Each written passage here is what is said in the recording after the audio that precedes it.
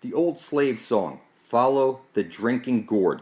And this is like the Chinese compass, the south pointing compass with the spoon. It points to the center of the flat earth plane, right above the pole star. You see that it lines up with the Big Dipper. You need to get to the drinking gourd before you're dead. You need to bathe in those eternal waters at the center of the flat earth plane. You need to drink from those living waters and you will become a super eternal being. It's been there the whole fucking time, rubbed in your face. You are the slave. They took a soul print off your foot at birth.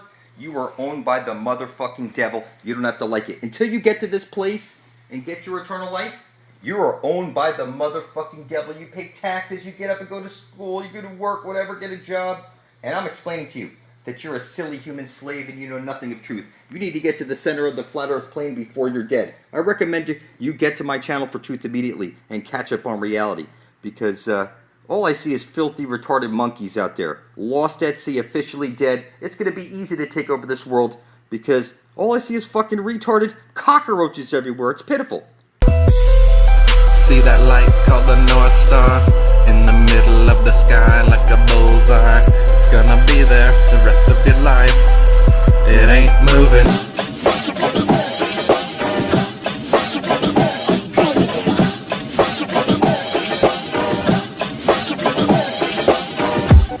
Believe it or not, you're living in the post-apocalyptic era right now.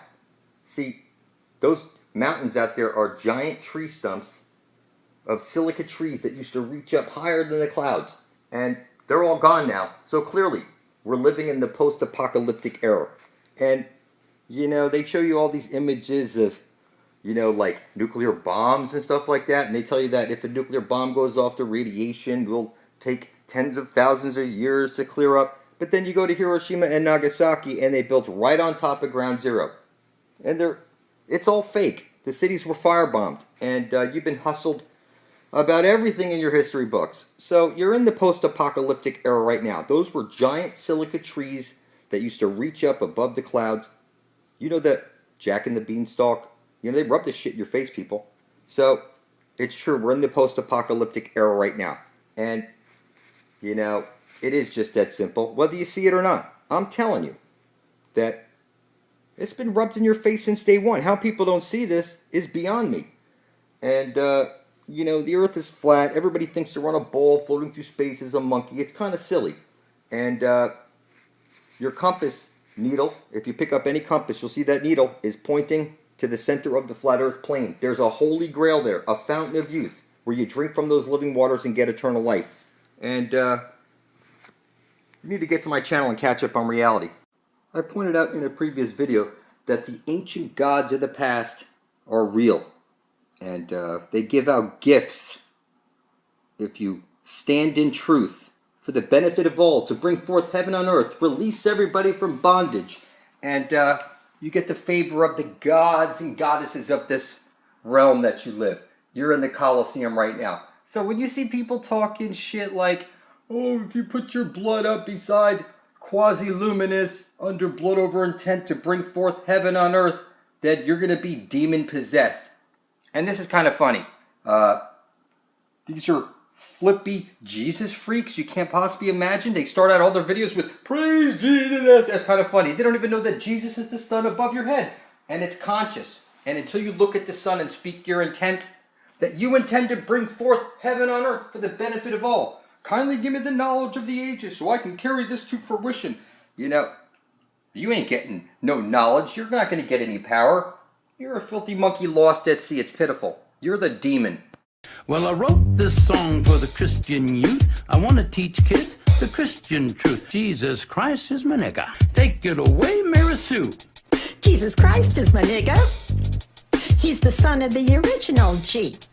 Now I'ma pass the mic to my lovely wife. She's a fly MC and the light of my life. So to bust a rhyme without further ado, take it away, Mary Sue. Jesus Christ is my nigga. He's the son of the original G.